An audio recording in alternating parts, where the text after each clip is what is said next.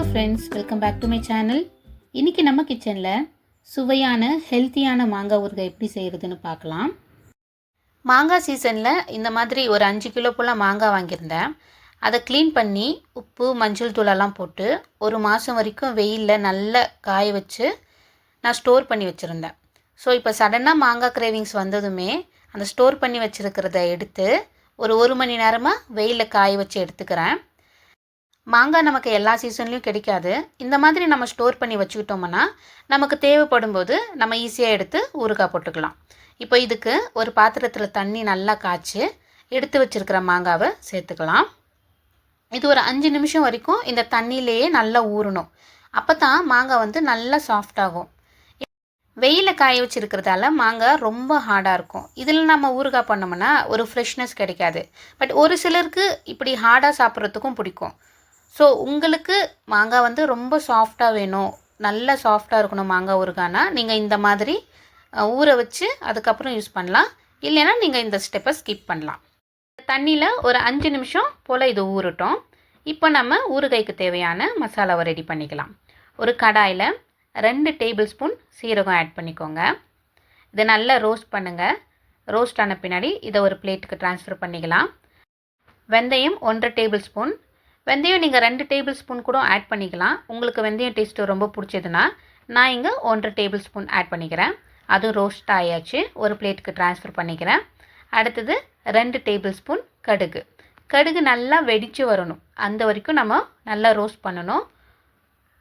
இப்போ இதையும் ஒரு பிளேட்டுக்கு ட்ரான்ஸ்ஃபர் பண்ணிக்கலாம். அடுத்ததாக காஞ்ச மிளகா, ஒரு 10 காஞ்ச மிளகா எடுத்துருக்கிறேன். அதையும் நல்லா ரோஸ்ட் பண்ணிக்கோங்க. காஞ்ச மிளகா ரோஸ்ட் பண்ணும்போது கொஞ்சம் சிம்மில் வச்சுக்கோங்க. அவ்வளோதான், நம்ம மசாலாவுக்கு நம்ம ஸ்பைசஸ் எல்லாமே ரோஸ்ட் பண்ணி எடுத்துக்கிட்டோம். கரெக்டாக 5 நிமிஷம் ஆயாச்சு. மாங்காவும் நல்லா ஊறிடுச்சு. இப்போ மாங்காவை நம்ம ஃபில்ட்ரு பண்ணி எடுத்துக்கலாம். மாங்காவை ஃபில்ட்ரு பண்ணிவிட்டு நம்ம இந்த மாதிரி கரண்டி வச்சு நல்லா ப்ரெஸ் பண்ணோம்னா அதில் மிச்சம் மீதி இருக்கிற தண்ணியுமே ஃபுல்லாக ட்ரை ஆகிடும். இல்லைன்னா இந்த மாதிரி சொம்பு வச்சு நல்லா ப்ரெஸ் பண்ணிங்கன்னா மாங்காயில் இருக்கிற தண்ணி எல்லாமே வடிஞ்சிடும். இப்போ பாருங்கள், மாங்காய் எவ்வளோ சாஃப்டாக இருக்குது. இப்போ நம்ம ஊறுகாய் செஞ்சோம்னா நமக்கு ஒரு ஃப்ரெஷ் மாங்காய் ஊறுகாய் செஞ்சு சாப்பிட்ற மாதிரி ஒரு ஃபீல் கிடைக்கும். இப்போ இதை ஒரு பிளேட்டுக்கு ட்ரான்ஸ்ஃபர் பண்ணிக்கிறேன். நம்ம ஆற வச்சுருக்கிற ஸ்பைசஸையும் கிரைண்ட் பண்ணி இப்படி இதில் ஆட் பண்ணிக்கலாம். அடுத்ததாக காரத்துக்காக 2 டேபிள் ஸ்பூன் மிளகாய் தூள் சேர்த்துக்கிறேன். இப்போது இந்த மாங்காவை நல்லா மிக்ஸ் பண்ணிக்கோங்க. அந்த மசாலாஸ் எல்லாமே அந்த மாங்காவோட ஈரப்பதத்தோட நல்லா மிக்ஸ் ஆகி வரணும். அந்த அளவுக்கு நல்லா மிக்ஸ் பண்ணி இதை ஒரு பக்கம் வச்சுக்கோங்க. அடுத்ததாக நம்ம தாளிப்பு செஞ்சிடலாம்.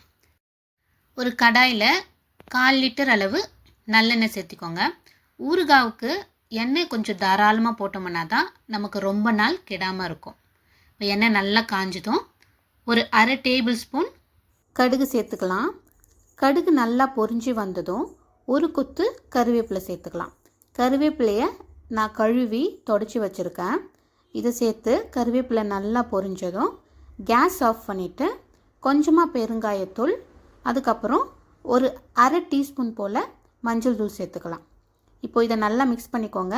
கேஸ் ஆஃப் பண்ணிவிட்டு மஞ்சள் தூள் சேர்த்துக்கணும், இல்லைன்னா மஞ்சள் தூள் கரிஞ்சிடும். அவ்வளோதான். இப்போ இந்த தாளிப்பை எடுத்து சுட சுட இந்த ஊறுகாய் மேலே ஊற்ற வேண்டியது தான். இந்த மாதிரி மாங்காவை வெயிலில் காய வச்சு நம்ம ஸ்டோர் பண்ணி வச்சிட்டோம்னா நமக்கு ஊறுகாய் செய்கிறதுக்கு ரொம்பவே ஈஸியாக இருக்கும். இப்போது இந்த எண்ணெயோட மாங்காவை நல்லா மிக்ஸ் பண்ணிக்கலாம். இப்படி நல்லா மிக்ஸ் பண்ணிவிட்டு நம்ம ஒரு பீங்கான் ஜாடியில் இல்லைன்னா ஒரு கண்ணாடி பாட்டிலில் ஸ்டோர் பண்ணி வச்சுக்கலாம். ஸோ நம்ம சுவையான ஹெல்த்தியான மாங்காய் ஊறுகாய் ரெடி ஆயாச்சு. நான் ஒரு டப்பாவில் போட்டு வைக்கிறேன். இது இன்றைக்கி ஒரு நாள் ஃபுல்லாக இந்த எண்ணெயிலே நல்லா ஊறட்டும். அடுத்த நாள்லேருந்து நமக்கு ஊறுகாய் சாப்பிட்றதுக்கு ரெடி ஆகிடும். இந்த மாதிரி ஹெல்த்தி ரெசிபிஸ் வேணும்னா என்னுடைய சேனலை சப்ஸ்கிரைப் பண்ணிக்கோங்க, ஷேர் பண்ணுங்கள், மறக்காமல் பெல் பட்டனை ப்ரெஸ் பண்ணுங்கள். தேங்க்யூ.